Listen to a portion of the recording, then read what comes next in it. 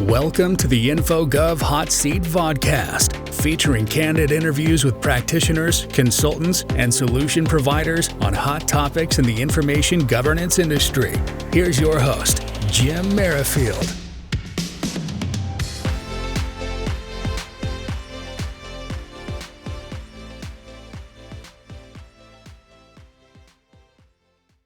Well, hello and welcome to the InfoGov Hot Seat. I'm your host, Jim Merrifield, and with me today is Gene Stakhov at EnChoice. Welcome, Gene. Thanks, Jim. Thank you so much. It's so nice to be here and to join you. And congrats again for the for the work that you've done building this podcast. It's taken on a life of its own, as you've told me. It was wonderful, and I'm very happy to be here. Yeah, it's awesome. My pleasure. I'm glad you could join me on the hot seat. So let's get started. Let's get to know you a little bit better. How about a brief introduction of your role, how long you've been with your current company, and one fun fact about yourself. Do not forget that fun fact. No, I wouldn't dare forget the fun fact. I have a lot of them actually. But so I'm the information governance practice lead, appropriately enough, at EnChoice, a company called EnChoice. I've been with them since around 2014, I believe it is. But really, much longer than that with the predecessor entities that the companies that eventually became a unit within EnChoice. So, I've been doing records in information management and IG and it's, how it's evolved to its current form for a long time. I started my career as a programmer back in the late 90s, writing, content management and scanning systems, document management systems that evolved into content management and then ECM. And then at some point in the 2000s, I went to my first Dharma conference. I recognized that there was life beyond storing something, storing some captured content in a repository.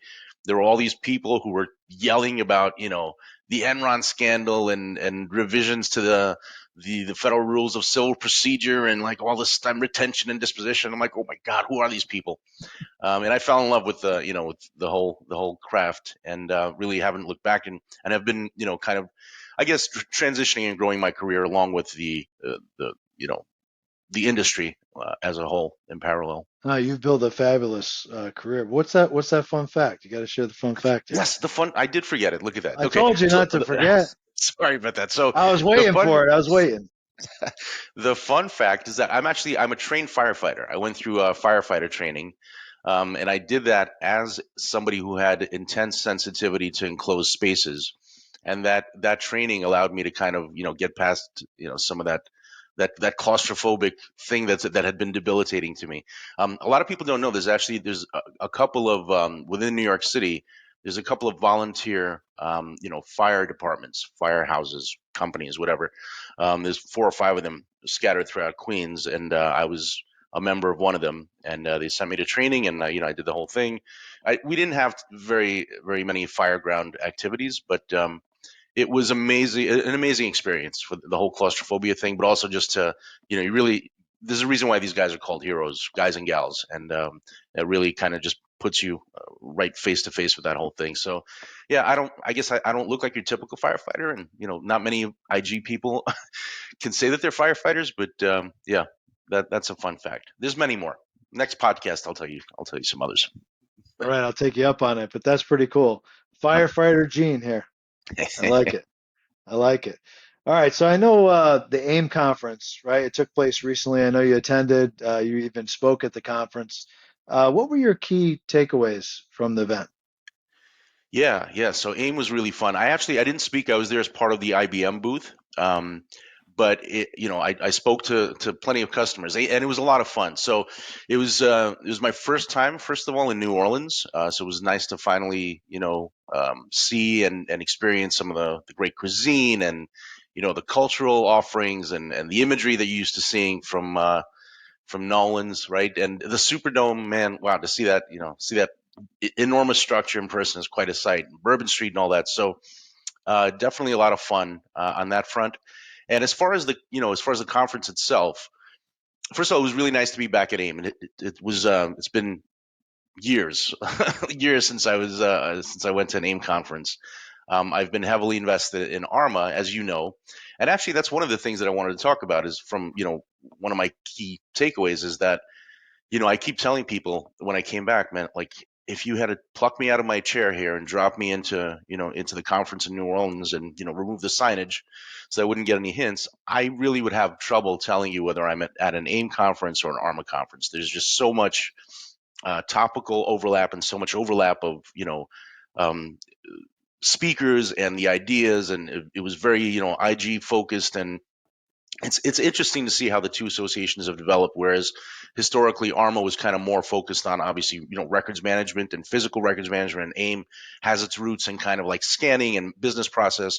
Now, because of the growth and the evolution of information governance, there's just so much overlap, so much topical overlap between those two. And so that was one of the things that really struck me, because prior to this conference, I had always kind of had different places in my brain, if that makes sense, for AIM and ARMA, right? Like even the two logos. And now it's kind of like, man, there's a lot there. So I don't know. Congrats to you again, by the way, for your election to head up ARMA. So I don't know, no inside information. I'm not asking for anything, but it would definitely be something for the two organizations to look at and to consider whether it makes sense to have some sort of a deeper relationship between those two. So that was one thing that I noticed. Another thing that I came away with was there's a lot of focus, obviously, on on AI and the advancements the past year in large language models like ChatGPT and all the excitement around that. And Microsoft was there as a sponsor, and also folks from Microsoft talking. And so that was nice to see them representing. All the big players were there, right? IBM, the Microsoft OpenText, but obviously Microsoft's affinity and their relationship with OpenAI and ChatGPT put them in a unique position to be able to speak to the implications of AI in records management. So a lot of buzz and a lot of excitement. And the third one was cloud. So, if AI is kind of like the topic du jour, the current topic du jour, cloud was kind of like the outgoing almost topic du jour. Still a lot of focus on, the realities of what folks are dealing with, right? Migrating to cloud, thinking about migrating to cloud. And of course, it's not that easy, right? There's all sorts of information and information governance challenges when you're thinking about doing that. Questions for migration for those various and sundry folks who maybe haven't been doing the kind of retention and disposition that they ought to be doing on systems that are going to be migrated to the cloud. They have to ask themselves, does it make sense to do that now ahead of the migration, so that we're not taking a whole bunch of garbage? So, a lot of really interesting conversations and thoughts around that. I learned a lot. Lauren Mays from IBM gave a really good keynote on cloud and specifically these issues. And so, yeah, those are my takeaways. Like the proximity of the two associations, the arrival of AI, it's here, and the realities of the issues around cloud migrations.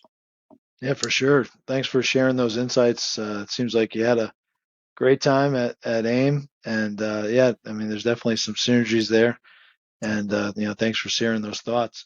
What's your plans though for the rest of the year? What any other events that you're looking forward to attending or speaking at? What's Gene the firefighter's plans? For sure, for sure. Well, so my home chapter, one of my two home chapters, Metro New York, just had their Confirm NYC a couple of days ago. I did speak at that, along with my friends Ann Snyder and Rich Lowers and Susie Okahara. We talked about the SDLC and how that pertains to IG. So good talk. Catch that on Arma New York's website. I'm very much looking forward to Inform New Jersey, my other home chapter, New Jersey's conference. So I moved from New York City, from Brooklyn to Jersey a couple of years ago. So I still, obviously have roots in New York City, and the New York City Long Island chapter is always going to be my kind of like my home chapter. I always have roots there, but New Jersey's been such a welcoming home for me as well, and I'm not going to make that choice. I'm a member of both chapters, as many of us are. So definitely looking forward to Inform. The folks there have been doing as you know, a tremendous job the past couple of years. It's at beautiful Princeton University, and I can't wait to attend. And come on, this is a softball, dude. Like, obviously, I'm certainly looking forward to InfoCon, the big one, the mothership. So I'm actually still on the fence on whether I'm actually traveling out to Detroit. That's going to be determined in the next couple of weeks, hopefully. But regardless of whether I'll be there in person or not, I'm looking forward to all the wonderful, the thoughts and the sessions and all the other stuff that's going to come out of there. So No, it's great. No, looking forward to catching up with you. at Yep. especially at Inform and possibly InfoCon. And speaking of softballs, I mean, Gene, you're a former past president, right, of ARMA Metro New York. So I think your roots are always in New York, but I know you get around, and you're also a chapter advisor right now for ARMA That's right. International as well, right? So That's right. The chapter advisory committee. We both serve on that, and it's it's the kind of the reimagining of what the region structure used to look like. And look, man, progress. I know there've been mixed reactions when they dismantled when ARMA dismantled the regions, and they came up with this chapter advisory committee. But with every meeting that we have with my fellow advisors and the leadership, I'm just convinced at like how much care and thought and concern there is for the industry and for the association on the part of these volunteers. We're all just volunteers, and it really kind of just validates the purpose of why I'm doing it. Like there's a lot of good thought and ideas and the spirit behind the whole thing. So yeah, proud to be part of that. absolutely, we're all in this together. Absolutely, you got that Yeah, right. 100%. So let's switch gears a little bit. Let's talk about EnChoice a little bit, the makeup of your internal team. I know you've been doing some cool things recently about governance software, specifically records management, or anything else. Yeah. Yeah, happy to talk about that. So I mentioned I'm the IG practice lead at EnChoice. The practice is very much a boutique practice, meaning it's small and nimble and responsive, but we're part of a much bigger entity, right? With very deep roots in ECM. So EnChoice as a company is actually 30 years old this year. So, much like my own background, I think we as a company have, like I said, deep technical roots, but we also have some specific deep roots in some of the core technologies around IBM and like their heritage, like enterprise report management products, right? Like CMOD, Content Manager on Demand, and of course FileNet and DataCap. And I mention all that because it's taken some time for things to shake out, right? To develop to the point where we've been able to correlate as a company, right? As service providers, to correlate the tactical concerns of information management, right? Like all the ECM stuff, metadata and storage, and like system or architecture and all that, to correlate that with the strategic value of having a holistic perspective on what's happening with all that juicy information, right? Like if you think about it, from capture, right, like from data capture, role and capture, all the way through to disposition on the FileNet platform or enterprise records, to have all that capability without an overarching strategy to kind of underpin all that, it's a missed opportunity, right? And so, to our credit, EnChoice has recognized that, and we've decided to do something about it and to formalize the IG practice so that we could meet, the demand for that for our customers. And you know, sometimes like obviously the words that we use when we communicate are very important. If you just think about the terminology that we use, we don't even talk about systems anymore, right? We talk platforms and domains and ecosystems, and so I think there's kind of a steady growing realization that content management, ECM, BPM, all that stuff really needs to be governed by a strategic vision, right? So everything that we talk about in IG, and so that's the area where information governance plays, and that's the area that the practice is devoted to. Um, and another sort of guiding mantra that I'm a firm believer in is taking advantage of the vast wealth um, of intellectual capital, right? The knowledge that we have out there within our community. So folks like you and me, and I've worked with folks like Ann Snyder and Steve Weissman and Donda Young and others to supplement my internal team where we couldn't scale and needed a consulting assistance. So yeah, very much a boutique practice, small and nimble, but again, kind of backfilled by the financial support, but also the technical support of EnChoice as a company, and then calling on the broader IG community to backfill me where we need specific domain expertise. I just feel like I'm in a perfect position, and I couldn't be happier. Excellent, excellent. You got to take advantage of the networking that you've done throughout the years, and the colleagues and connections you've made. Right, it shows the power of the associations and the connections that you've been able to the relationships you've been able to develop. So kudos to you Absolutely. for Thanks, man. that. Thank you. Appreciate that. No, you got it. Yeah. So let's talk about differentiators, right? Because there's a lot of consultancies out there. There's a lot of IG consultancies. I know you said you're a boutique firm, but what what differentiates you from other consultancies, from other companies, you Yeah. think? Well, so, on the software side specifically, I'm gonna talk to that first because on the software side, I feel like there are quite a few the way that we approach solutioning and the way that we um, craft the right solution for our customers and our clients is, first of all, it's from the IG standpoint. Now, from purely a software standpoint, EnChoice is, like I mentioned before, first and foremost, we're a platinum level IBM business partner. So really, we have a lot of, kind of a lot of expertise and a lot of specialization within that, like the FileNet platform stack, for example, right? And that's a lot of the area where we play. I mean, we also have partnerships with Highland and Microsoft and some other organizations, but traditionally, and certainly, in my world, IBM is like kind of a universe unto itself. And when you look at things like FileNet, right, like the FileNet stack and the way that it's constructed, I think what differentiates that from other offerings out there is the flexibility that you have as an implementation, source, right? So on the one side, you can have something like I don't know if you're familiar with IBM's FileNet add-on called Enterprise IBM Enterprise Records (IER).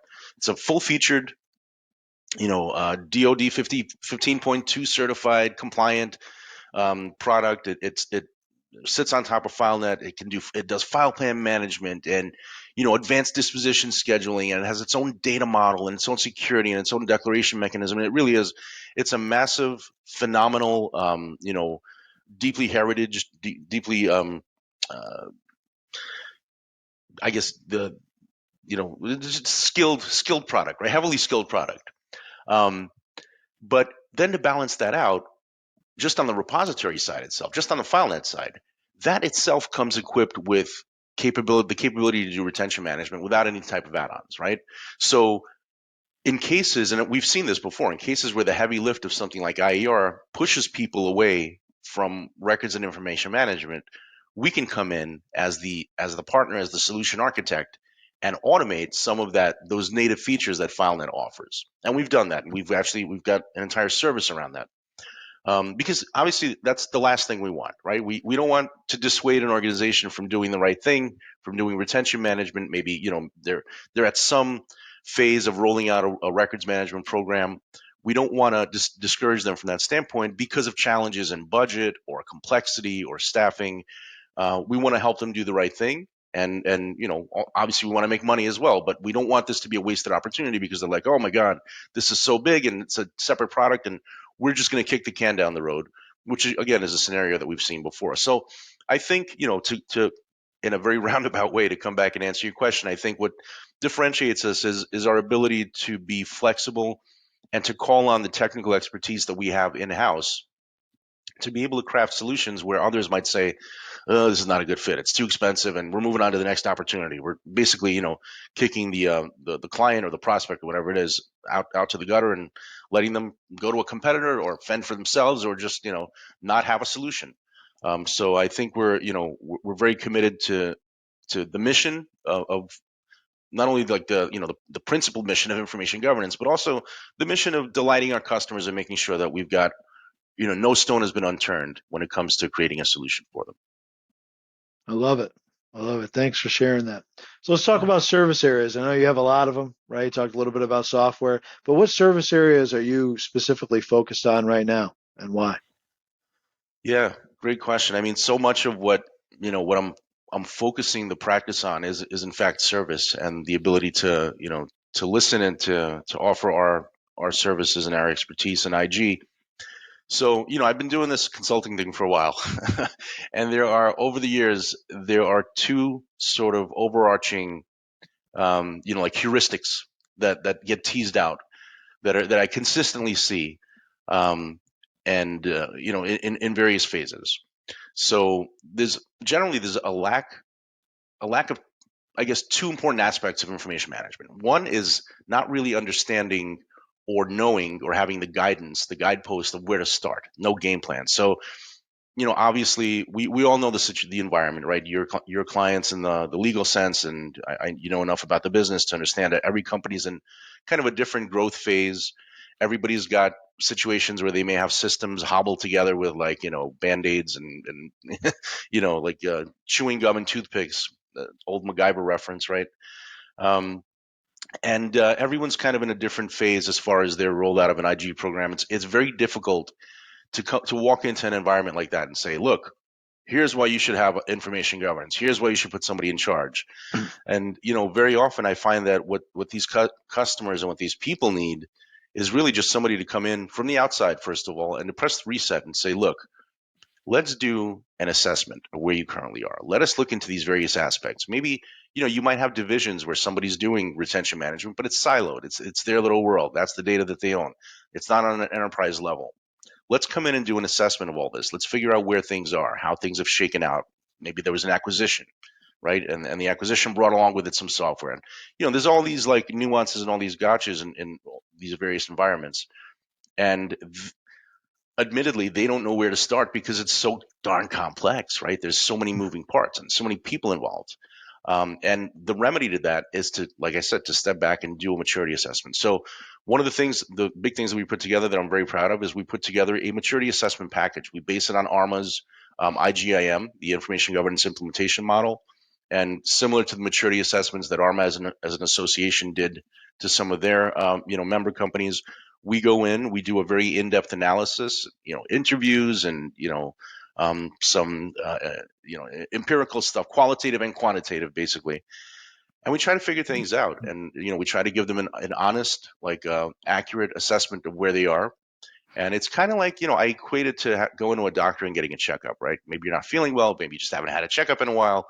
You go to your doctor. What does the doctor do? He or she will take some baseline measurements. This is your blood pressure. This is your blood sugar reading. Like, you can't have any kind of meaningful direction in your health treatment plan if you don't have that baseline. And it's very much a similar thing with with information management and IG. You need to know where you are if you haven't done that before. And actually, at AIM, one of the keynotes was a company, was Shell, the energy company, talking about how they use the maturity assessment to their benefit to actually really develop some meaningful value and establish a chart, growth chart to an information governance strategic plan based on that maturity assessment. I was sitting there listening, going like, yeah, you see, it's not just me saying this stuff. Like, there really is value in it. Like, it was a very validating thing. So that's one of the things, information management and governance maturity assessment. And then the other thing, which is kind of related to it, is just there's a lack of information architecture on an enterprise scale. There might be enterprise architecture units within the IT organization, but very rarely do I find kind of an enterprise taxonomy. Or my new favorite term for that is information fabric. I think I coined that. I don't know, but I started calling it fabric because it makes sense. Like, you take a piece of fabric and you stretch it throughout the enterprise, and there's different threads and different ways of interfacing with that. I've got a whole blog post that I'm going to put out there. But anyway, there's a lack of that generally, right? You might have a taxonomy for your ECM system. You might have some, combination of a folder thing that somebody's put together, some monstrous, hideous thing that people use. But more often than not, you don't see this sort of like fabric that provides the contracts for all of these interrelationships, right? All of the, like the integration points and the interoperability opportunities, right? You don't have that kind of thing where you can look at it and say, almost like you can look at a a database schema, and you can see the relationship of tables, or maybe even an org chart where you can say, oh, okay, well, this is the dotted line from one division to another. To have something like that on an enterprise level for your information components, I think, is incredibly valuable for everybody, for the IT folks who are building the databases, for legal to understand how things, what the origin is of, like, things that you would need for e-discovery and holds and things like that, and just for a sense of architecture and stability and order, right? It's a very valuable thing, and not a lot of people are doing it. So those are two areas where we put a lot of focus in, and I've got I try to consult people on the hallowed virtues of having both of these in place before you're going to make any kind of meaningful progress on information strategy. Yeah, information fabric. I like it. That's Thank you. I think you just gave me the teaser, teaser for Gene's blog post on information fabric. I love it. We'll see. We'll see. It's hard to think that nobody else has used that phrase before, and I really haven't. I'm not interested in trademarking it or anything like that. But just, No. I mean, I think just even from a from a purely descriptive sense, it really kind of it hits close to what that is, like what we're talking about, right? It's an overarching fabric. Yeah, But yeah, yeah. thank you. I've never heard the term. I'm not going to use it, and it's all yours. Oh, please do. Um, Yeah, no, please use it. love that. No, but I love that you're using the ARMA IG model, right? I Yeah. mean, there's definitely value in using some sort of maturity model Yeah. in our organizations, right? Something to be able to benchmark against year after year and make sure that the program's making progress, right? Because if we're not benchmarking and measuring things, then it's hard for us to see the progress. Because sometimes the progress is really slow, Yeah. and it's hard for us to see the encouragement and growth. So, thanks for that, Gene.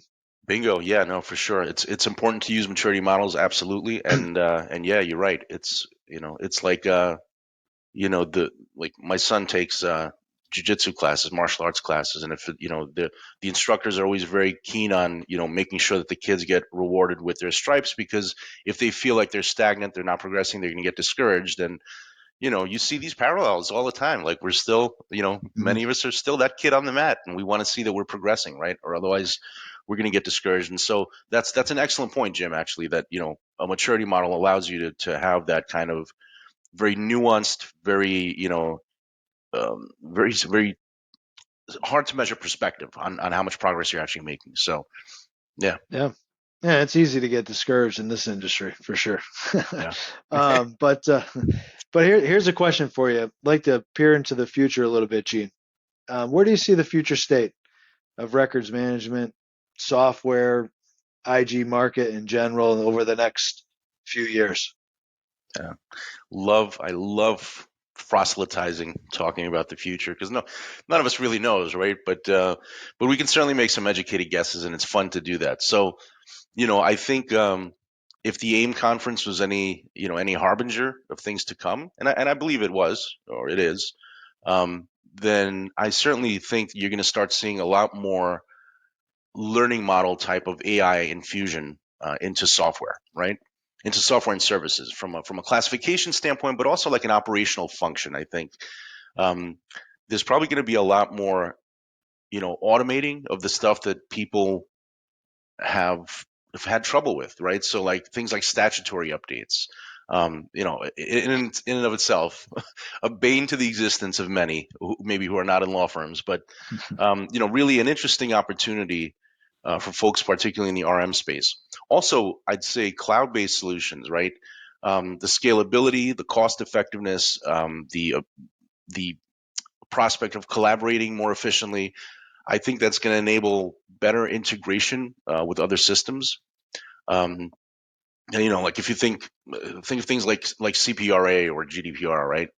What used to be the area of um, concern for customers, now all of a sudden you got to worry about customers and employees, almost as if they're kind of like the same type of entity, right? So you need integration with systems that were historically disjointed, like your CRM, your customer relationship management, your ERP systems, right? Enterprise resource planning, of course, your CM systems, ECM. So a lot of that's going to be enabled by the cloud. And lastly, and this is don't discount the importance of this. I think like even from the advent of the success of Apple's model and in the user experience and Google's models and in UX, increased adoption, I think, is going to have to be driven by a focus on the user experience, and that's going to include things like mobile and remote access. Obviously, the pandemic times of the past couple of years have taught us that you can't be lax when it comes to being prepared for having to work remotely. The reliance on mobile devices, it's not going anywhere. It's going to continue. And it's all kind of the linchpin that joins all that stuff together is a focus on usability and how easy it is to get things done. And I think that's been, I've seen that be an obstacle to adoption before. I'm sure you have as well. So I think as more young people come into the field, as the craft of software development kind of takes on the new life of what is going to be shaped with based on AI and like just the times that we're living in, I think we're going to see a lot of those things get much more slick. That's the official term, slick. Yeah, slick. I love it. That's those are excellent insights. I guess we'll have to wait and see a couple of years from now if genes peer into the future, if it comes to fruition. But I think you're onto something. Definitely with AI, and mobile's not going away. So thank you so much, Gene, for those insights. Any final thoughts for the audience today? I know you've discussed a lot. Well, I mean, I'm imagining that most of us who are watching this or listening to it are, in our space, and I guess just a bit of just a pep message, like a little pep talk message. Like we're paving the way for pretty amazing advancements to happen, and we're vital contributors to everything that's going on, right? For AI to be effective and not dangerous, you need people like us to curate information, to curate data. Nobody's better equipped than we are to do that. I feel like we're living in crazy times, man, like really interesting times, times of renaissance. And, with respect to, like an evolutionary almost inflection point, right? With AI, like, what's going on? Are we changing? Are we going to change as a species because of this? Like, if you think about implanting AI devices, and like, I don't want to get past the nuts and bolts of where we, with what the current issues of the day really are, but you have to kind of look at that and understand and appreciate the power that information has. And really, we are the only group of people that's talking about that at a strategic level, at a kind of a future thinking level. And so just a pat on our backs. Good for us, and keep fighting the good fight. And don't get discouraged. Yes, it's hard to get budget. Yes, it's hard to get people to listen. Sometimes we'll have dinner parties here or whatever. I'll be out with my wife, and I'll have a glass of wine, and I'll be like talking about taxonomy, and be like, documents are really not unlike animals. And my wife would be like, "Oh, for the love of God, shut up, please don't get them started on this." But we're passionate about this, and so just keep doing what we're doing. That's my message. I love that message. Thanks for all the encouragement. These are exciting times, especially for us as InfoGov professionals. Thank you so much, Gene, for spending a little time today on the hot seat. Pleasure to be here. Thank you for having me. Great conversation. And thank you, everyone, for attending today's episode of the InfoGov Hot Seat. Please visit our website, infogovhotseat.com, to view our latest episodes. And if you'd like to be a guest on the InfoGov Hot Seat, just like Gene here, please submit your information through our website. It's as easy as that. And thank you, and enjoy the rest of your day. Thank you for listening to another episode of the InfoGov Hot Seat. Follow us on Spotify, YouTube, Google Podcasts, Apple Podcasts, and LinkedIn. Check out our main website at infogovhotseat.com to view our latest episodes and much more.